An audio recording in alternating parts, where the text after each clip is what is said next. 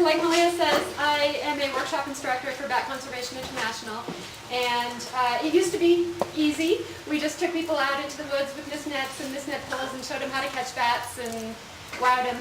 And now, of course, we have to bring all this decon stuff with us too. And we're usually working in rather remote locations, and some of these decon chemicals are rather caustic. You can't just dump them on the ground. They have to be disposed of properly, and you have to handle them very carefully too. You have to wear gloves, you have to wear eye protection, because you don't want to get any of these chemicals on your skin or on your person, because that's what it takes to kill this fungus. And just like I sort of hyper-organize everything we do for workshops, I started hyper-organizing the decon stuff too. And you all will get a copy of this. And this is like the White Nose Syndrome Summer Bat Survey Protocols. This is how you take what the Fish and Wildlife Service has said you need to do for decon and actually apply it in the field. What does it mean that you have to soak these items for 10 minutes in a bath and then rinse them 3 times? You know, or rinse them according to package directions, or dispose of accordingly. You know, all of that sort of information is going to be in here. And then some of the things that we bring into the field with us that have made things a lot easier to do. Because we can't work out of the backs of our vehicles anymore, because we certainly don't want to be processing bats on the tailgate and then possibly getting white nose spores in the backs of our vehicles. So everything has to be rather self-contained. And so the 5-gallon buckets have become kind of like the mainstay for these self-contained things. That and tall kitchen garbage bags. So what goes to the MistNet site is your kit bag that has all of your nets and your guy lines and your stakes and your poles, of course, for setting up your mist net. And then you also get a 5-gallon bucket of the important things that you need to have with you at your actual mist net site where you're going to be collecting bats. And then on your person, we normally wear rubber Wellingtons, just because we don't want to, A, get hiking boots or something tangled in the mist nets like people often do, or B, if we are near a roost, if we're netting, say, a fall swarm, or if we are netting outside a building roost or an artificial roost, trying to figure out what kind of bats we have there, then that's going to be the place where you have the highest potential for contact with spores, is near a roost. And so we want to have footwear that can be deconned 100%. So we just don't wear hiking boots in the field anymore. And then we also, I like to have a fanny pack that I keep my gloves in, because we all can't touch bats anymore, even though they're nice and warm and furry and fuzzy and sweet, but we all have to wear latex gloves. Oh my gosh, it must be fresh out. Oh, and headlamps. So, oh, I have lots of latex gloves. So anyway, before I go into the field, I'm going to get all ready to net bats. So I'm going to have my latex gloves in my handy fanny pack, and then I have extra latex gloves for anybody else who runs out. I have a list of everything that belongs in the bucket that goes to the white nose site, to the netting site, so I know what I need to have. And I'm going to feel like a real dork, but I'm going to put my headlamp on right here in the middle of the day. Because this is really important. When you start thinking about not cross-contaminating stuff, you know, you have to be really prepared about when you turn your headlamp on versus when you start counting bats and whatnot. And so right now, everything that I have is clean, because absolutely nothing has touched a bat or a net or anything.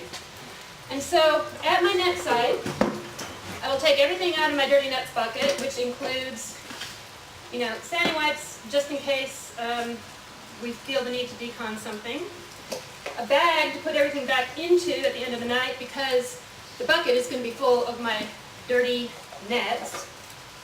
I have bags to store my bats in, individual cloth bags. I have tall kitchen garbage bags for my gloves that have been used and to put my dirty nets in. I've got Purell for washing my hands in between glove changes because the insides of the gloves get really sweaty and nasty and your hands always feel dirty, at least mine do. I hate touching dirty stuff. Anyway, we have the protocols for how to set all of this up in the bucket too, in case you're working with people who haven't done this before, which I often do because I teach workshops. So all of this comes out and it sits on top of the dirty nets bucket, somewhere that's accessible to your mist net.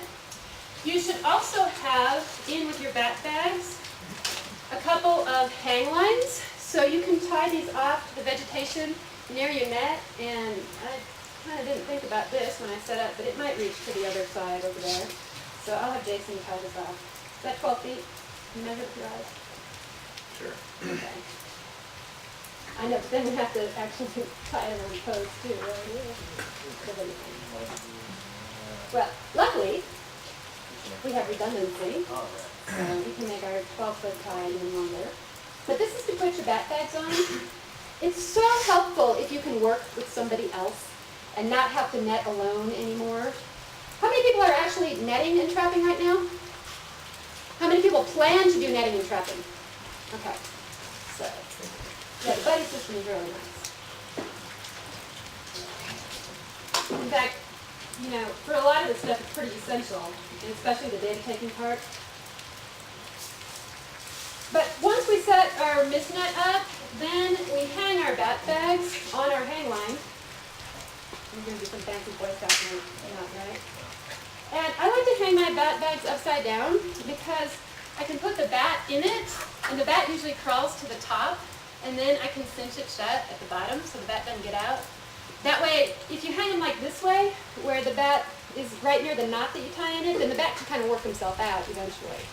So what I'll do is, after I have my nets all set, then I'll just hang a few of these bat bags on. And a lot of people use paper bags because they're disposable and they're single use and they're easy and you don't have to decon them and whatnot. But we found that lazy urins, especially red bats, hoary bats, they thrash around a lot in the paper. And we've seen some finger injuries on these bats, either broken fingers, you know, really just, it's not good for lazy urins to put them in paper bags. So we've switched to cloth bags. Plus at night, I think this is warmer and cozier for them than to be in a cold paper bag. And then where do you put the paper bag, you know? Then you've got to bring clothespins or something to put them on your hang line, and then you've got just one more piece of gear sort of thing. So we've just retrofitted our cloth bags with these little hooks so that we can hang them on the hang line here. And that works much better for bats, and I think it's safer for the bats. If it is a very cool night, sometimes we'll take a jacket or something and just put it over the line of bats. Ideally, though, you won't be catching so many bats that you're going to need to hang these bats. What you'll want to do is you'll want to be able to process the bats as you catch them. That way you won't even need to use these bags. You can just walk them over your processing station, which I'll talk about in a minute. So then the other thing we need to have is we need to have 2 of these trash bags deployed. One of them is going to be labeled trash, white nose trash. The other one is going to be labeled dirty nets. And then those have to be taken away from the site, double bagged, and then put in the bucket so that we don't get any contamination back in our vehicle when we bring this back. So usually the time when we take off the gloves is the time after we put the bat in one of these bags. So I'll put my white nose trash bag on or near my hang line. And then for my dirty nets bag, that is going to be when we take the nets off of the pole. So usually I will tie my dirty nets bag to one of the mist net poles so that it's there when we start breaking the site down. And all of this little picky information is in your 47-page protocol manual. So that's that. The other thing that we have done to make things better for ourselves as far as deconning our nets go is that we're using these mesh plastic bags to store our nets in and to decon our nets in. And we've color-coded them. So the yellow ones are all 30-foot nets. The white ones are all 42-foot nets. I've got orange ones that are 18-foot nets. I've got purple ones that are 8-foot nets. That way you always know what size net you have, and the nets just live in these bags, except when they're on net poles, except when you're actually out there catching your bats. And so I'll look at my site, I'll decide what size I need, I'll deploy the nets. I leave these bags also right at the net pole so that the nets can go right back in them at the end of the night. And you have the exact size net bag for the exact size net that you deployed at that pole. So say this one goes over here and this one goes where my other one is. So then, when I get a bat, I walk over to my net, I see that I have a bat, and I adjust my headlamp at that time, I zip up my jacket at that time, I do everything, touching all the parts of my body that need to be adjusted before I start getting that bat out of that net. Now, some people will wear a leather glove on their non-dominant hand and then pull a latex glove on over that. Some people wear 2 leather gloves and then wear 2 latex gloves. The more gloving up and stuff that you do, the longer it takes, the longer the bat spends in the net. And frankly, there are so few species of bats that can break your skin through both latex and skin in North America that you probably don't have to worry about wearing leather gloves. And the more you handle bats, the more you become familiar with how you can position the bat so that you always have your index finger under its chin so it can't possibly bite you. So you can just immobilize the bat that way and just use the latex gloves alone. And the latex gloves come in several different thicknesses too. If you're concerned about it, you can always get a thicker glove. But once we have a bat in the net, then the gloves go on. And once the gloves are on, absolutely nothing else is touched except for the net and the bat until the gloves come off. And you've got to remember that. That means no zipping the fanny pack back up. That means no grabbing a sanding wipe. That means, no touching guy lines to readjust the net. All you're touching is the net and the bat because you have gloves on. So you're not turning your headlamp on and off. You're not readjusting it because you didn't aim it properly. You're not, oh, I've got to put my readers on so I can see what I'm doing. Anytime you need to touch anything other than the bat or the net, the gloves have to come off because that becomes kind of a muscle memory thing for you so that you realize you can't be running around touching stuff with dirty hands. And then you don't ever have to think about, well, have I touched a bat yet with these gloves or not? Are these clean gloves or dirty gloves? You don't even have to think. Because they're gloves, they're dirty. And because they're gloves, they're only touching the net and the bat. And that's the hardest thing that we kind of have to switch to do when we get the bat out of the net.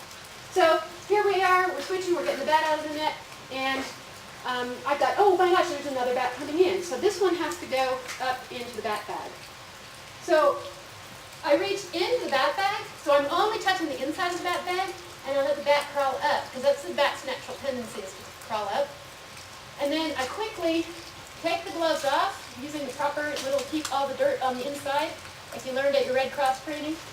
Throw this in the trash bag, and then go ahead and cinch this off. You see I haven't touched the outside of the bag with my gloved hands. The outside of the bag is still theoretically clean. The bat's up there nice and happy.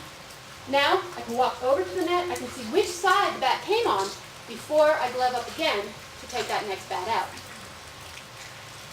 So the other thing that we do is we use a processing station. And the processing station is always far removed away from where we're doing the netting. And, we used to just sit on the ground with a clipboard, but now because we have all this white nose stuff, we bring these camp tables out into the field.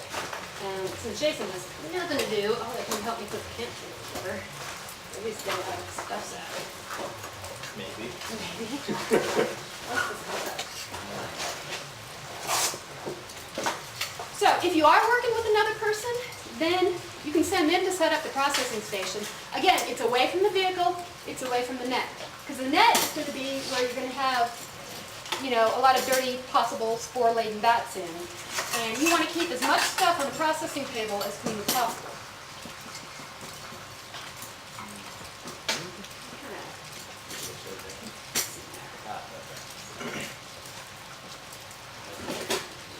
Okay. This way. And you see we have everything diagrammed out on the processing table, so you know where to put stuff. And you're thinking, oh my God, I never want to take a workshop from this woman. I know. But you know what? It helps, because it helps you remember which side of the table is dirty, which side of the table is clean. Okay, for our processing station stuff, we of course have Look at that. Wow. You have a picture of that? Such a good manual. There's a picture of that in the manual. Actually, it's a diagram. It's not a photo. Okay? Because I wanted you to be able to read the text, not my handwriting. Okay? So, anyway, with the processing station, we have digital scales to weigh our bats. We have bunches of rulers. We have pens and pencils. We have a little illustrated bat key, if you don't know what you're doing. We've got a little dichotomous key, if you don't know what you're doing. We've got a key to the myotis of Arizona, a pictorial key of the two most confusing myotis we have, and of course data sheets. Yay! So, we set up to take data. Clipboard is there. This is our wing damage photo kit and tissue sample kit. In it, we have a laminated copy of the wing damage index. We have a laminated copy of the fungal tape lift protocol for bats and instructions for taking a wing biopsy and the little sheet. This is from the Wildlife Health Council. All of that information is in there too as an appendix. We have all of our tissue sample stuff, our wing punches, our microscope slides, all that jazz. For doing the wing damage, we have this little battery-operated glow box with a little quilting ruler on it that we're going to spread the bat on so we can get an idea of size. These are great. They run off of like 4 AA batteries, and at night they really light up beautifully. Even under here, you can kind of see what's going on. So the bat touches this surface can be sanitized then, so that's nice. Oh, and then of course we also have our digital camera, and we have spare batteries for all of the stuff that you know as soon as you go into the field is going to need batteries. But we don't do this with every bat, so this doesn't have a space on the table. We just let this hang out until we need it. And this is where it's helpful to work with a second person. You can trade off during the night. One of you stay clean, one of you be dirty. The clean person can set up all of the fungal tape lift stuff and wing damage photo stuff, and then you can keep getting bats out of the net, and then halfway through the night you guys can trade off. Again, we have everything you need to stay clean. We've got more sandy wipes. We've got extra bat bags in case you run out. We've got a hang tie over here in case your netters are bringing you bat bags and you get behind, your data taker gets behind, so you can set up another hang tie over here. Again, these are the paper bags which we don't recommend anymore, but if you run out of cloth, you can always switch it over. We have a couple of cups here. One is for clean rulers, one is to weigh your bats in. We've got more Purell, more trash bags, more extra gloves, oh, and a Sharpie for writing on the trash bags. There should have been one in there too, but it just walked off.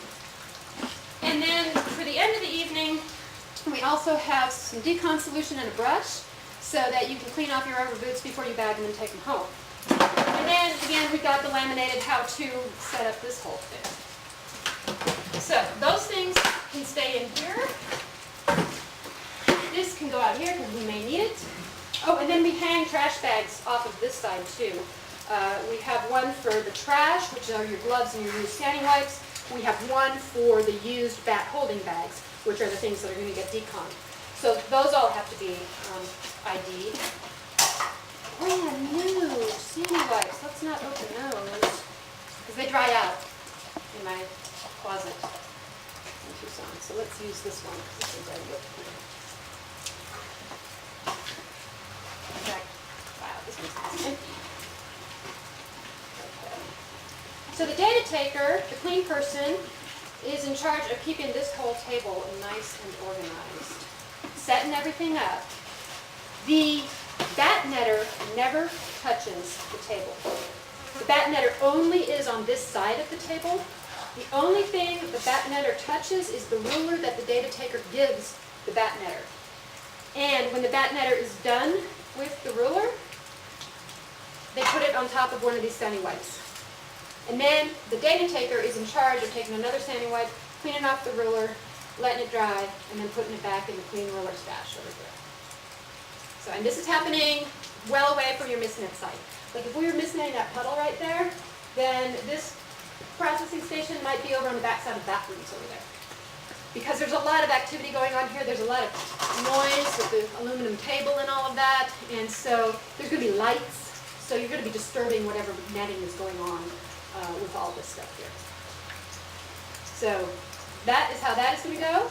If I'm just catching bats one at a time, then I like to just bring the bat over to the processing station in my hand, because then nothing else, you know, you don't have to put it in a bat bag. The bat bag doesn't have to get deconned.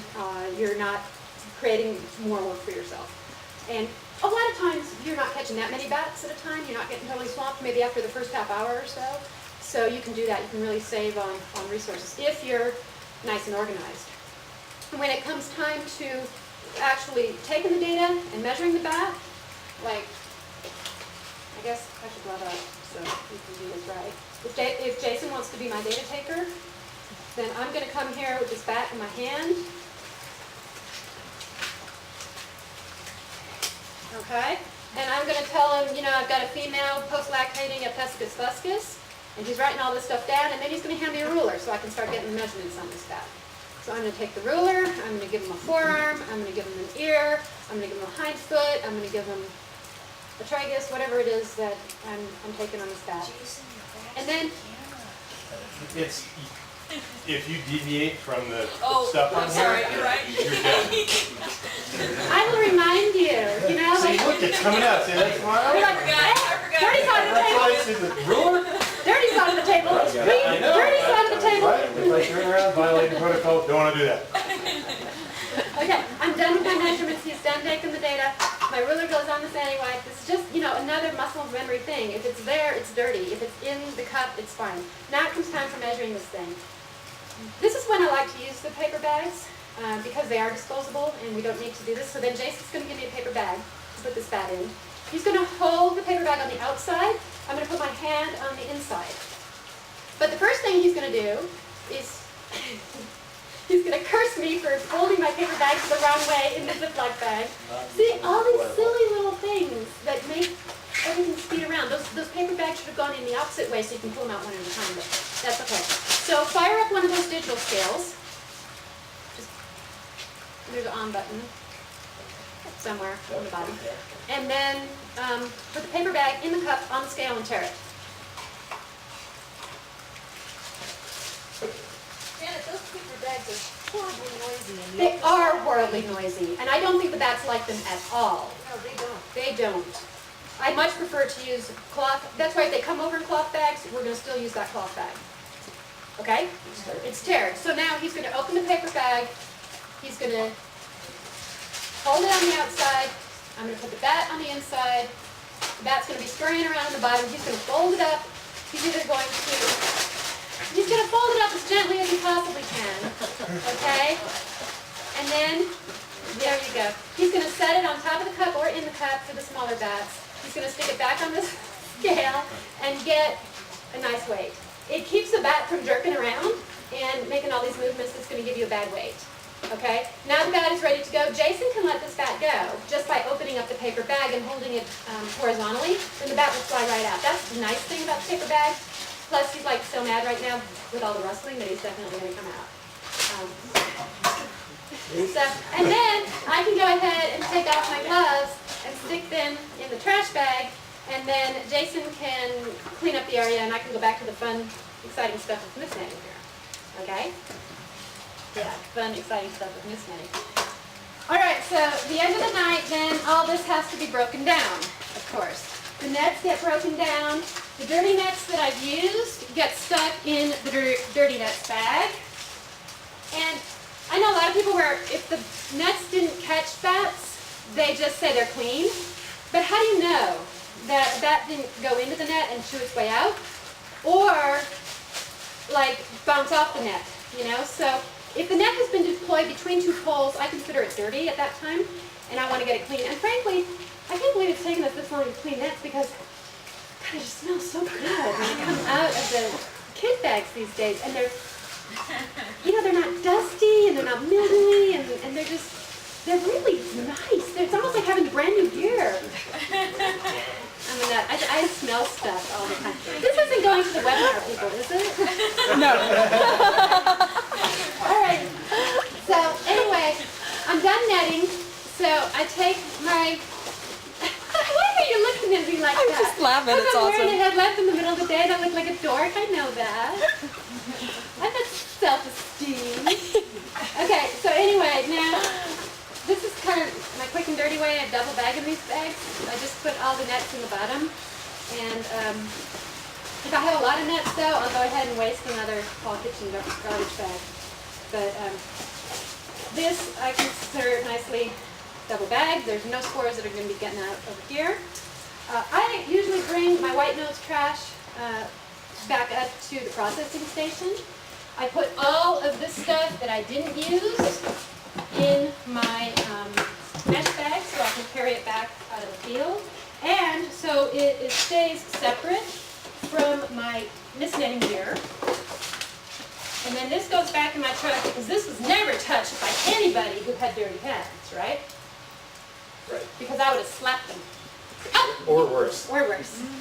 So, you know, that's why we have the standing wipes here, because if someone does touch their headlamp with their dirty hands, then we clean their headlamp off with the standing wipe. If someone does touch the guy ties with their dirty hands, then we clean the guy ties off with the standing wipe. And it's more of a deal with our triple high nets, because, you know, we're using those pulleys to bring the nets up and down all the time. Okay, so I'm done here. I've packed up my nets. I've taken my trash. I've pulled my hang tie loose. I've made sure that I've patrolled my area. I'm not leaving anything laying around. And then I help with the tear down of this table here. And then, if it's just like a one-night deal, I much prefer to decon back at my house. Well, not at my house because I'm on a septic system, so I go up to my mom and dad's house. They're in City Sewer. They got a nice pool on the patio, so I can decon in comfort. All sort of things you got to think about. Because if you're out in the boonies and you're staying at a station or at a research facility that is on septic, you can't be deconning right there at the station. Or you can, but you just can't dump your used solution there. You have to take it, what we do is we take it to an RV dump site. You know, like most municipalities have either an RV dump site or an RV park. And you can just go in there and dump there. Sometimes we take it to car washes, like in some major cities. So you may be driving around with 5-gallon buckets full of decon solution and rinse water. So think about that. What is the decon solution? The decon solution that we're using is a quaternary ammonia compound. It's the one that's listed on the, and I have the facsimile thereof over here that we'll talk about in a minute. But that's the one we use. So bleach isn't going to do it? Bleach will do it, yeah, bleach will do it. But you have to use more bleach, so you have to bring more bleach. Because you have to use it as a 1 to 10 concentration as opposed to the decon solution, which is like a 1 to 128. So we're using a quarter cup, I don't know, it's written on the lid, a quarter cup of the decon solution to 4 gallons of water. Whereas with the bleach, we actually measure it in the liters because it's easier. We'll use a liter of bleach to 10 liters of water. So you use a lot more bleach. But you can probably dump that down your septic tank. I don't know, I don't. So. You could not too frequently, or you're Yeah. gonna be hating life. You can let it dechlorinate overnight, and then Yeah. it would be a little easier to handle. Yeah, you can also boil these things too. But for me, where I work, bringing all that extra bleach, because we net like 12 nights in a very remote location, you have to make these decisions on how you're going to decon before you get to your field site. So you know what kind of stuff to bring with you, so that you know how it's going to go. Are you going to boil? Are you going to bleach? Or are you going to use the coat? So, and the different pros and cons for all of that is written in the little manual as well. But yeah, that's a great question. This is something that you have to definitely ask. Wipes that carry ammonium compound as well? The sanding wipes do. Those are for hard surfaces, though. And, you know, like, I don't know, wouldn't use it really on nets. No, but you're using them to wipe your dirty hands after processing dirty bags. My bare hands are never dirty. My bare hands are clean because they've been inside gloves all this time. So I'm using just this to rinse my hands with. I'm not touching those things except to like wipe off a ruler or something. And strictly speaking, the hand sanitizer gel, I don't think is entirely necessary, right, in between your glove changes. It's just because... I'm fastidious. Right. OCD. So you could theoretically omit that. Yeah, thank you, Jason. Okay, we have a question? Yeah, so the alcohol and the gel stuff, does that really cover spores? The spores? No. Mm-mm. That's just to get all that gross sweaty latex feeling off my Yeah, hands. yeah, it's not actually necessary for a part of the decon. And the sand, what's the secondary? Yeah, it has to have the ammonium chloride, the N-alkyl C12, 67% C14. You have to make sure it has the concentrations of the chemicals listed in the U.S. Fish and Wildlife Service. This is okay to decon with. And they are easily available at Walmart, Target. So that will kill it. That will kill it.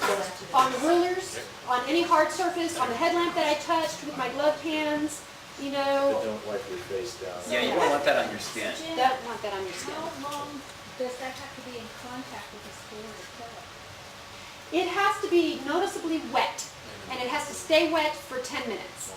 So we leave it on here, really, it does stay wet for an enormous amount of time.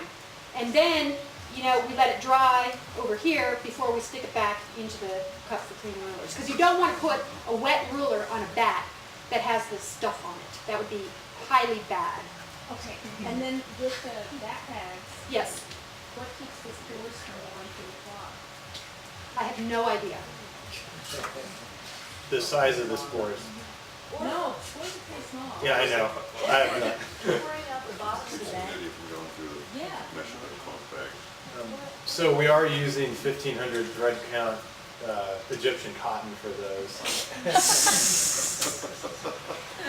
You know, But that's the whole point. You're doing what you can. Doing what is we are never possible. going to be able to have clean room conditions in the field.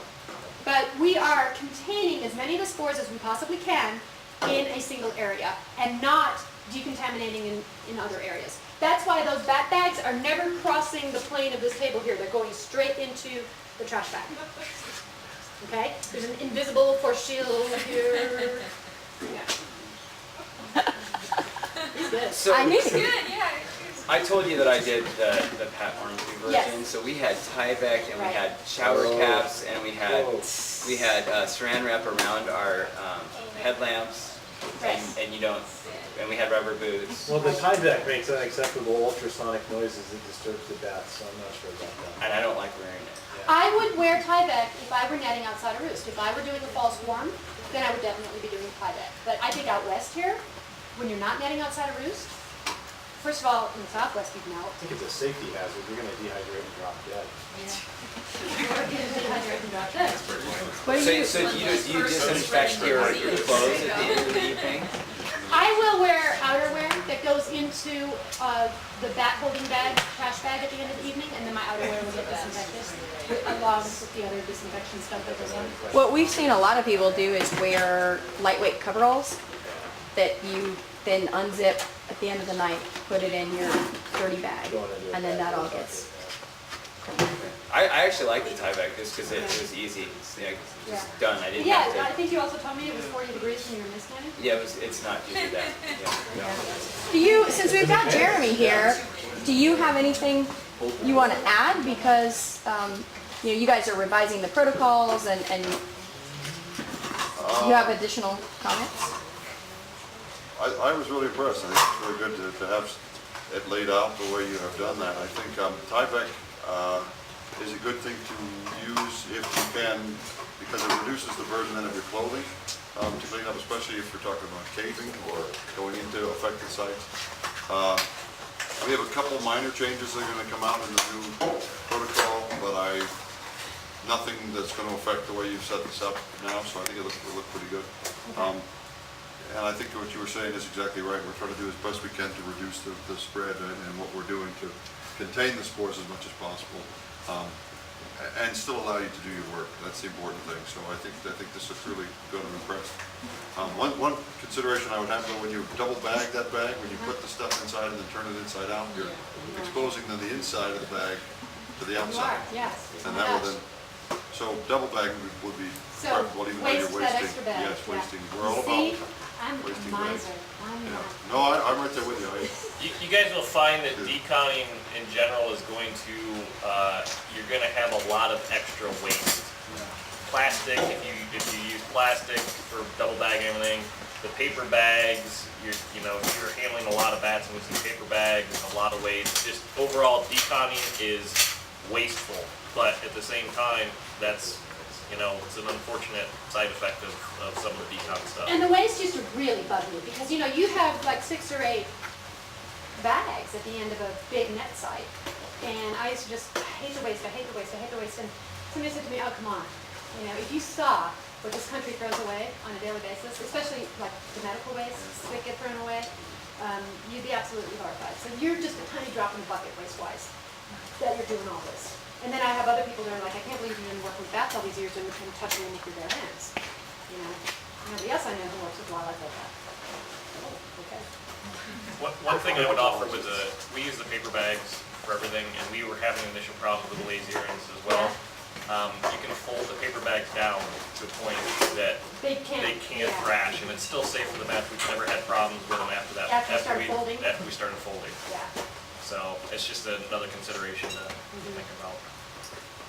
I don't like the noise that the bags make. It's very ultrasonic. If you ever refill those bags and you're a bat detector, you're like, how can these poor bats with these sensitive ears even stand this? I think it makes the bats more anxious, makes them grumpier. Plus, the bats will pee in the paper bags and then they can chew their ways out if they're held for any length of time. Yeah. So, anyway. The one thing that we try to do is just minimize cloth in Yeah. any, just keep hard surfaces. It's a lot easier, and then you can dispose of other Yeah. things. So that's Right, trade-offs. Yep. Trade-offs, absolutely.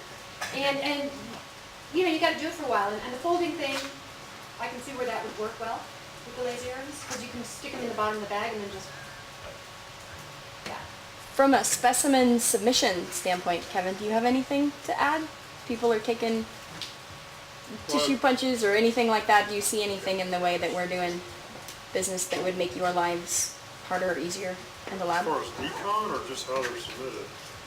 Whatever you want to add. Well, I mean, with the decon stuff, again, you double bag them and disinfect the outside of the containers that you put them in. And that should be sufficient, but they should always be double bagged, and you have to assume that those bags are contaminated and have to be disinfected as well before they get to the lab or anywhere else out in the field. One thing that we've kind of talked about with other researchers too is that, like, if you have enclosed vials or something, put a spray of bleach before you close your bags up, just to, you know, they've recommended doing that. I don't know if your lab does that. Some labs are recommending that now, bleaching the inside of the cooler, or Lysol wiping the inside of the cooler. Just anything you can do to minimize, you know, especially, you know, if you're sending from an infected state or something. So when it comes into the lab, and we still treat anything. Right, and you guys are bleach, that basically, goes anywhere. Yep. So it's just the intrinsic thing, you know, you're trying to help with I that. like your suggestion about putting them in those big centrifuge tubes, you know, because then you don't smush the fungus on it. Was that in your program? Yeah. Okay, I mean, and I want to get some of those for our tissue sample kit, simply because I think that's a really great way to store that. Even doing that, a lot of times after just handling them, you know, think the fungus is matted down. Is that Yeah. in your experience even before you put them in? It's matted down or you're knocking it off, Yeah. so. But especially, I guess on the muzzle, I've seen more of it when they come in. You come in matted down, yeah. Well, you can still see some fungus on Okay. the muzzle. Yeah, but It no, is I very like low. that centrifuge tube idea. I wish we could get enough to lay Okay, down. we got another You question. might have mentioned this, but where does all the trash go? Oh, yeah, that all comes back to your decon station, which is generally not going to be in the field. You could theoretically run this out the back of your vehicle with an inverter and 4 or 5 gallon jugs of water. If you had to, you know, you could do it, but we usually go back to wherever we're staying. They usually have a hose bib, they usually have a dumpster. And so all of the white nose trash, the gloves, and the sanding wipes go in the dumpster. And then they just get carted off to the landfill. Is that good? That bad? No. Okay. Because that's what my medical waste people tell me. He said, this is not, you know, something that you can't landfill. Do y'all have a similar handbook for cave surveys or? No, all I have is like summer roost entry is covered in there. Yeah, because I don't cave, so I don't really know what y'all do underground and what it would take, maybe bigger buckets, because you're gonna have a lot more clothing and shoes than we have. It's, yeah, using that tie, that's where tie back can come in handy, or some sort of a Well, I disposable was just thinking, will and I cover was just all. thinking about how you go about this with exiting caves. I would have a clean zone, and I'd have a dirty zone, and I'd have, Typically, yeah, you set up a point of Yeah. demarcation at the cave entrance where anything if that people are crosses doing that line anything. has to be decontaminated. Right, exactly, yeah, so, typically you could say drip line or 15 feet outside the cave, and if anyone's taking, data or something in that area, you need to make sure any of that stuff gets decon, so typically, if you have someone doing that, you have them outside of that particular point, but, right, it's the same thing, you have to kind of set up a tiered approach, and that seems to be most effective. Okay, so at the end of the night, all of my buckets come to my decon station, and I can either do that decon that night, or just let it sit until the next morning. But it should be done the next morning so you can dry stuff out.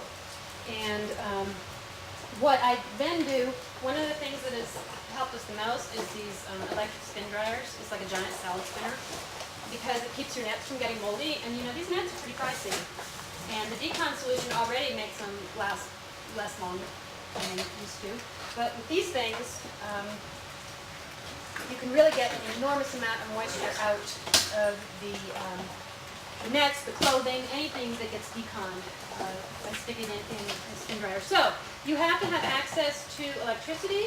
You have to have access to water, like preferably a hose bib, so that you can set all of this stuff up.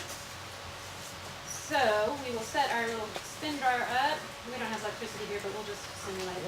Well, for those of you in the DOD, you might be able to find some of the old surplus bicycles that they used to run the radio stations, so that's just an option. I'm putting that out there for you.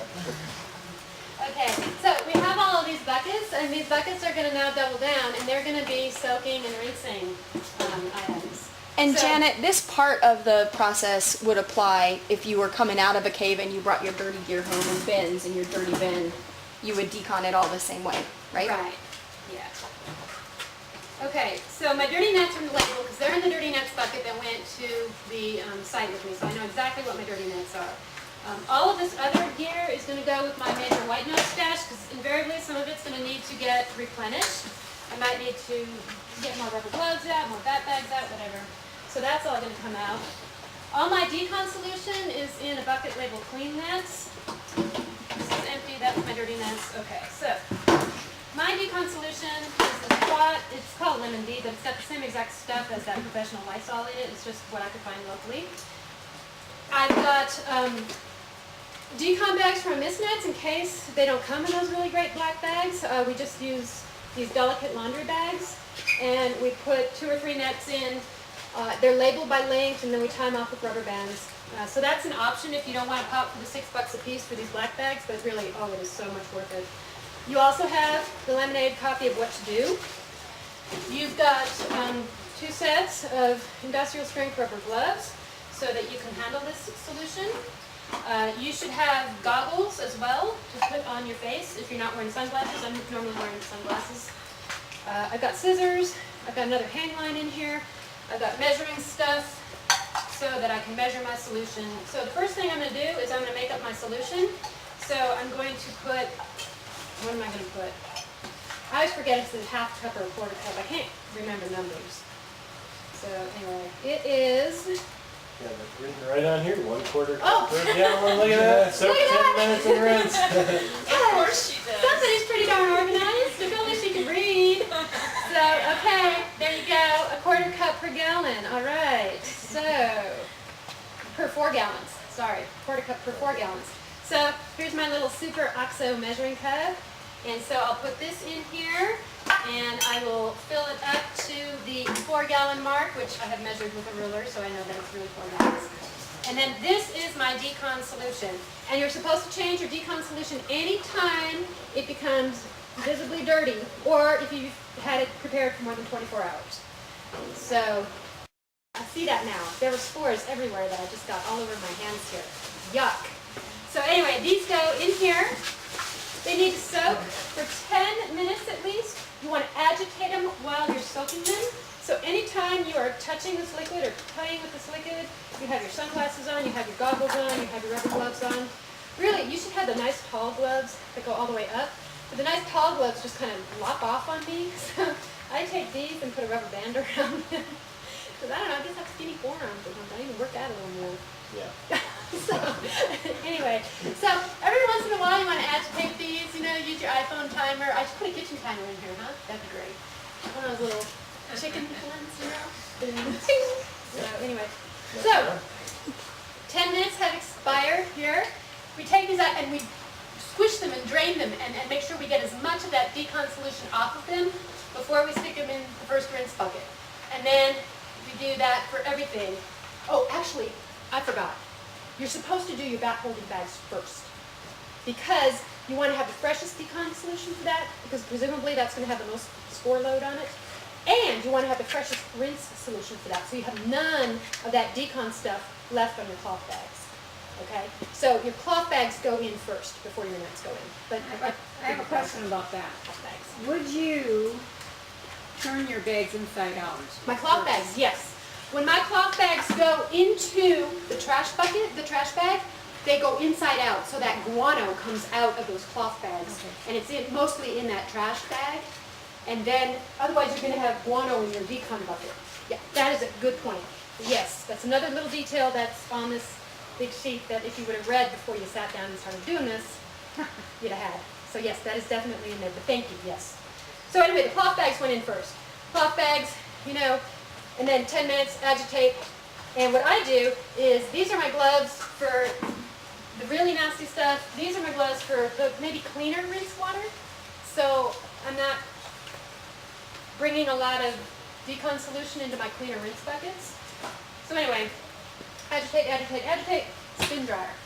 And then the nets go, you know, from this rinse to that rinse to that rinse, 10 minutes each time, then into the spin dryer. And this thing runs for about 5 minutes. The water from the spin dryer drains into this last bucket over here. So you might want to put a little less than 4 gallons of rinse water in that little bucket, just so you don't have any overflow problems. But even in the desert, even in Tucson on my back porch, these things dry so much faster after they've been spun dry. Then the nets, we set this table back up, the aluminum table. We set it up in the sun, and we just lay these in the sun. And then we flip them over, you know, halfway through, while we're doing our clothes, because then the clothes go in next. And then the clothes get spun dry, they get hung out on the hang line, and then they get laundered. You know, then they go into the laundry, they go home. But at least they're not contaminating your luggage at that time when you bring them home. Janet, where did you get the spin dryer? Bought it off Amazon. That's in there too, $100.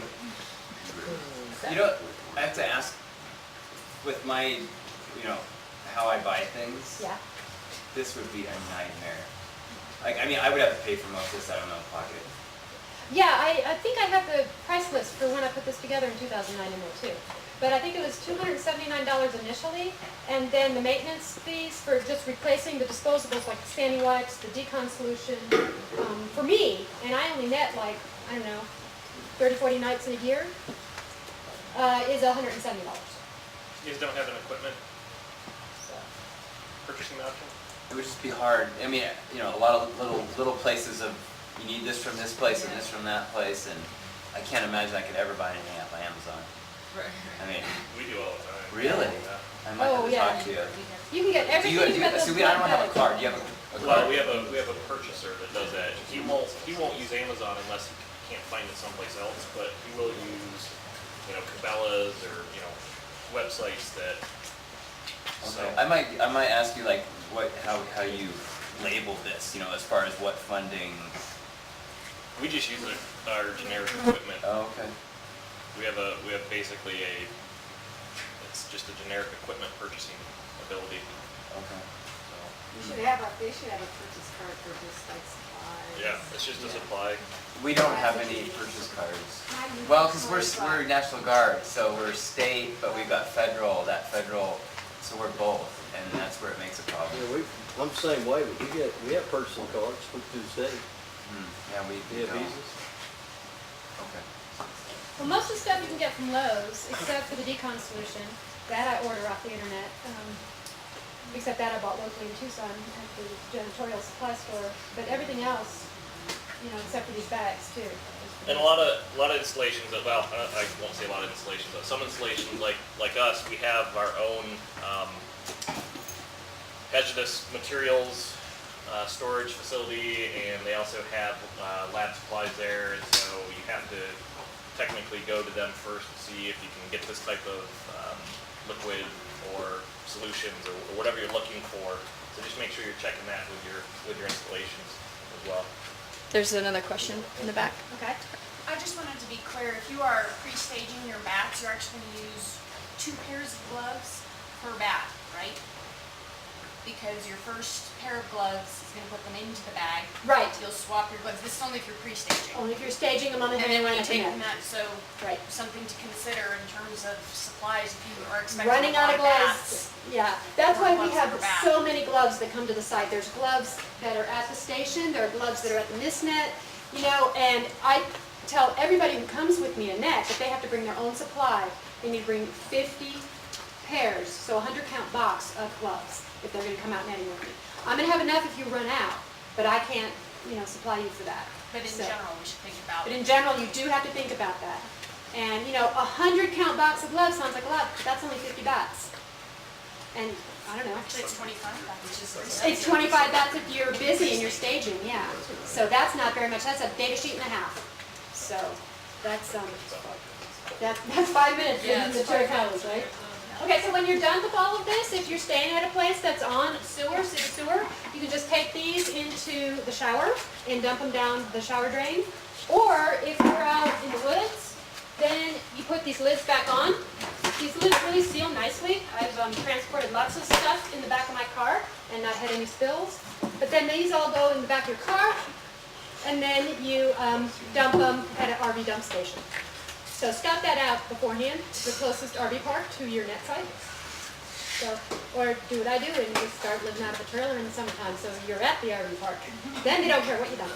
You know, they don't even notice. So. Did you talk about boots? Did I miss that? I was going to talk about boots when I did roost, Oh. because we're going to talk about like summer roosts and whatnot. But I want to pack up some of this distraction. And then, of course, if you're deconning at home, you then have to spend time reorganizing your buckets, making sure that all the stuff gets back in the bucket. So you've got the Sharpie marker at the net site, you know, so that you've got all the directions and all that. So after today, of course, where I've just thrown everything willy-nilly in, I'm going to have to go back out and reorganize my buckets again. But this isn't going to Kentucky this year. We're using Changra's decon stuff completely. So. Yeah, can you imagine? I mean, doing that work out of state now is just, you got to bring all this with you. It takes up an enormous amount of room. Where is okay, so if we were netting near a roost, if we were entering a roost in the summertime to look for banded bats for whatever we do, then we have a whole other set of roost decon considerations. And I use these little tubs because I don't go caving and I don't have overalls and all that jazz. But I have these, again, labeled. You've got all the stuff you need. You've got extra gloves. Again, the pervasive kitchen trash bags, bat bags, Tyvek suits. If you're going in a roost, you definitely want to suit up. So we've got 2 Tyvek suits in here. Again, you can get that at Lowe's. And then you've got this. Then these buckets become your decon and your rinse. And what I usually do when I come out of my roost is my Tyvek suit goes into a trash bag along with whatever gloves I have. And then I step into my decon bucket with my rubber boots and I grab my brush and I use the decon solution right here. And this is at 1 to 64 instead of 1 to 128. And I just spray my boots down and I scrub all this stuff off. And then I step into the rinse bucket and I use my water spray and I spray all the decon solution off my boots. And then I open up a tall kitchen trash bag and I step into the tall kitchen trash bag with my boots. And then I take my boots off and then I put my street shoes on. And then this gets double bagged and goes back to the decon station where it can be soaked and immersed. This is like a quick and easy decon.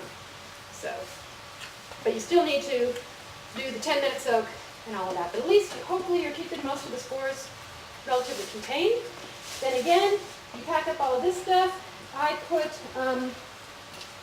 whatever rinse water has accumulated, normally it mostly evaporates, into my decon bucket.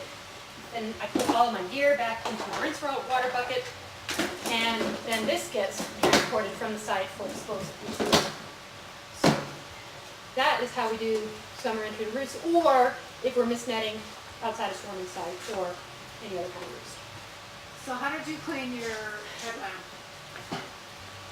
Well, hopefully I didn't get my headline dirty. Yeah, but well, so what they're saying is anything that goes into a roost has to get decontaminated. So basically, you run it through all that stuff. Oh, It's going to kill your equipment.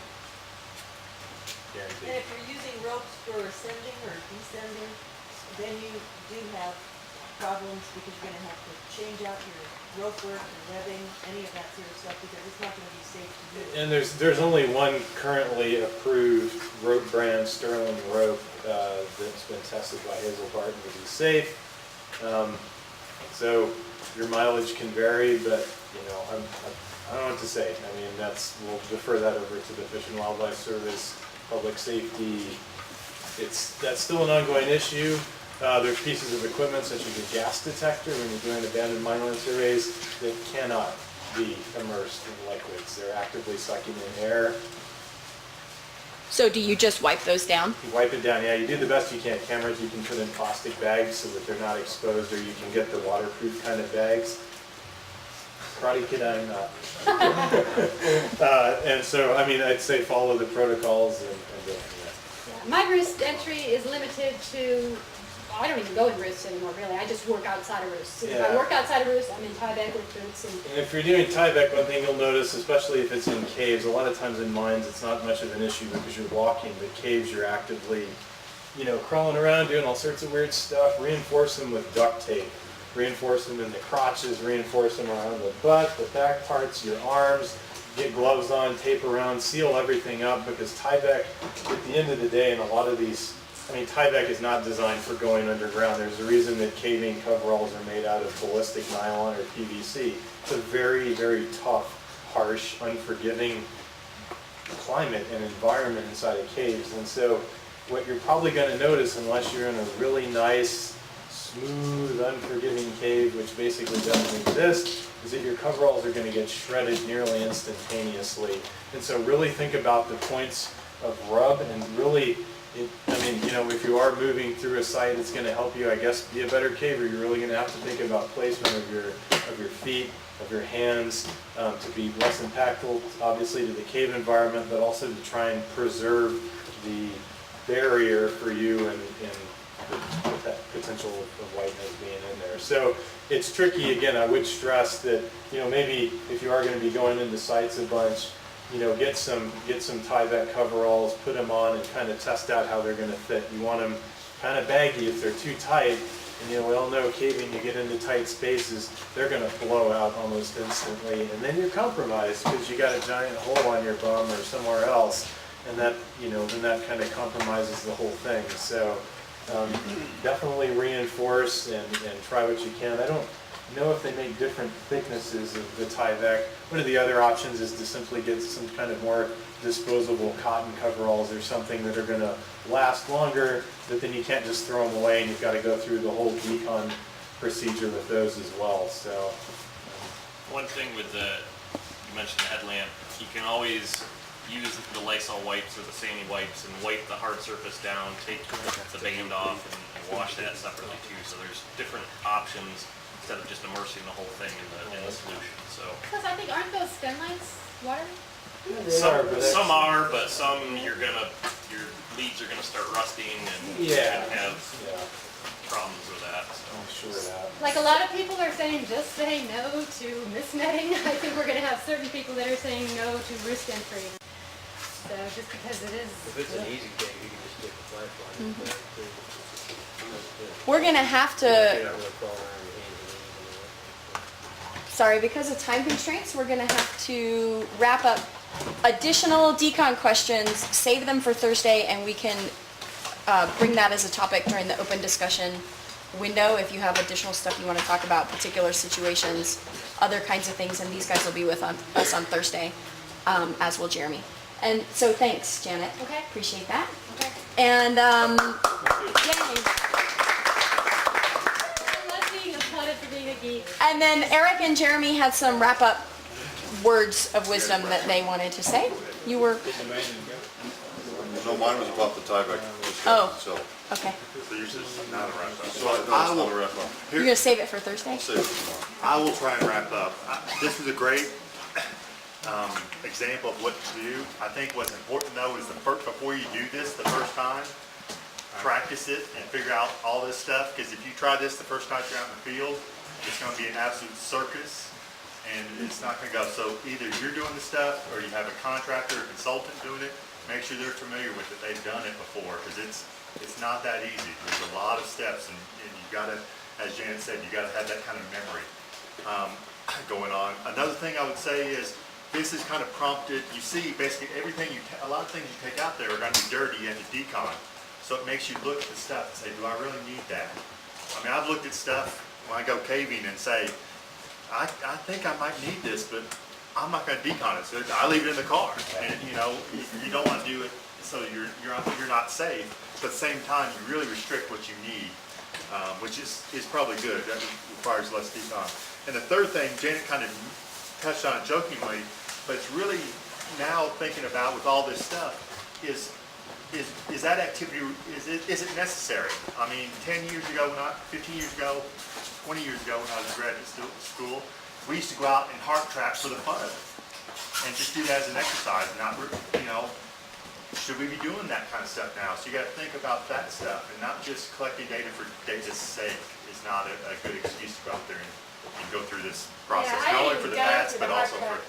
But yeah, you gotta do the same thing with your heart crab. But even for netting, so it's a question of is it worth it for the bats and is it worth it to have to go through all this hassle to goof off one night? And I'll add on to some of what Eric's saying. As an installation now, an infected installation in the Northeast, I no longer have consultants use their own nets. I provide the nets, they don't leave the site. Awesome. I unfortunately do not trust all consultants to do the appropriate decon. It's based on experience. Unfortunately, it just doesn't get done sometimes. So if you have that opportunity to do that, buy the nets, buy the poles, do whatever you can. Have that stuff on site. It's for your use at your installation, and write it into your contracts. Write the decon procedures into your contract. We do that now. You have to follow the contract, or they get penalized. So just something to think about when you're actually setting up mist netting projects on your installations. And also just find out where your consultant's been. I mean, you don't, if you're out in Washington, let's say, you don't want to find out after the fact that that consultant before they came out and did that work for you, worked for Chris at Fort Drum. You know, you want to know that kind of beforehand. And if you're letting them use their own equipment, that equipment has to be deconned before it comes onto your site. That's another requirement that we have. I don't care where they're coming from. I don't care that I'm an infected site. I still want their stuff deconned because I don't know where they've been, what kind of habitat they've been in. Invasive species is a concern that we have. So just decon everything that even comes onto your installation before they come on.